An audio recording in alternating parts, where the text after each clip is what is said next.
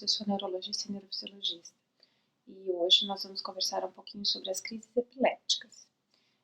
A ideia é explicar para vocês mais ou menos o que acontece durante uma crise epiléptica e entender o que é uma crise focal e uma crise generalizada.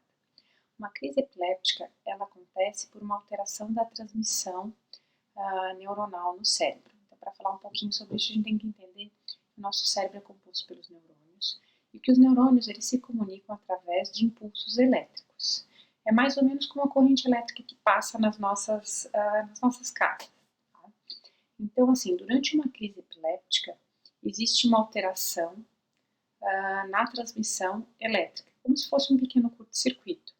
Quando essa alteração acontece de maneira focal, uma pequena região do cérebro, você tem uma crise focal. Quando essa alteração ela acontece e acomete o cérebro de maneira generalizada, você tem uma crise generalizada. Vamos fazer uma analogia como se fosse na sua casa.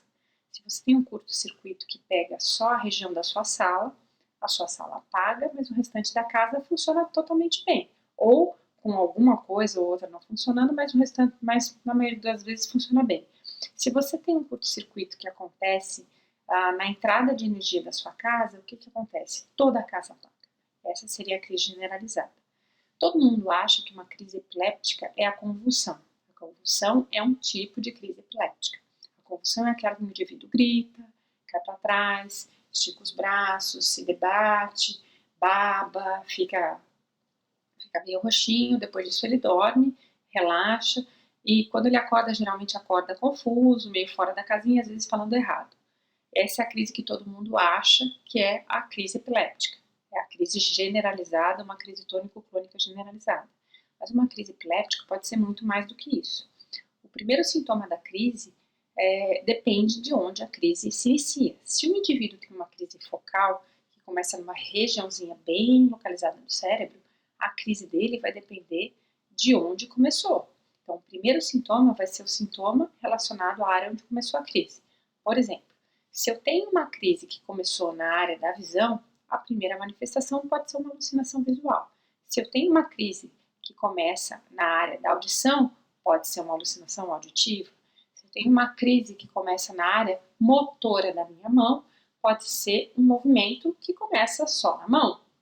Se eu tenho uma crise que começa na região que controla o comportamento, que a gente chama de sistema límbico, eu posso ter uma alteração comportamental e, às vezes, uma alteração de humor, uma alteração com medo.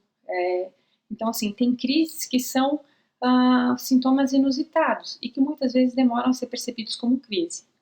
A epilepsia mais comum do adulto, focal, é a epilepsia do lobo temporal. E esse tipo de epilepsia tem crises, as crises mais comuns que os pacientes relatam são crises que às vezes demoram para ser percebidas como crise. A maior parte dos indivíduos que tem esse tipo de epilepsia fala que tem uma aura que a gente chama de aura epigástrica, ou seja, a crise começa com mal-estar na boca do estômago, e quando está subindo, quando chega mais ou menos na altura da cabeça, o indivíduo para, fica olhando para o nada, com o olhão bem arregalado, e às vezes ele começa com movimentos e com movimentos das mãos que a gente chama de automatismos. E para pessoas que não conhecem epilepsia, às vezes isso passa como um cacuete, passa por alguma coisa esquisita.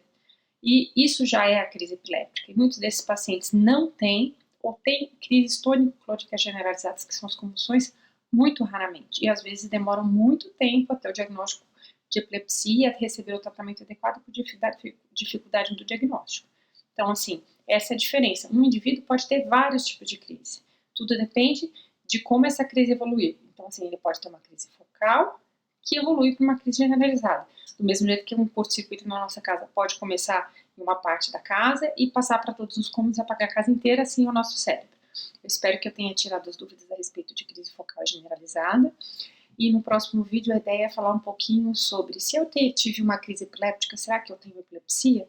O que determina se eu já tenho epilepsia e quais os principais exames e avaliações que todo mundo que teve uma crise epiléptica deve fazer? Um abraço e curta o próximo vídeo.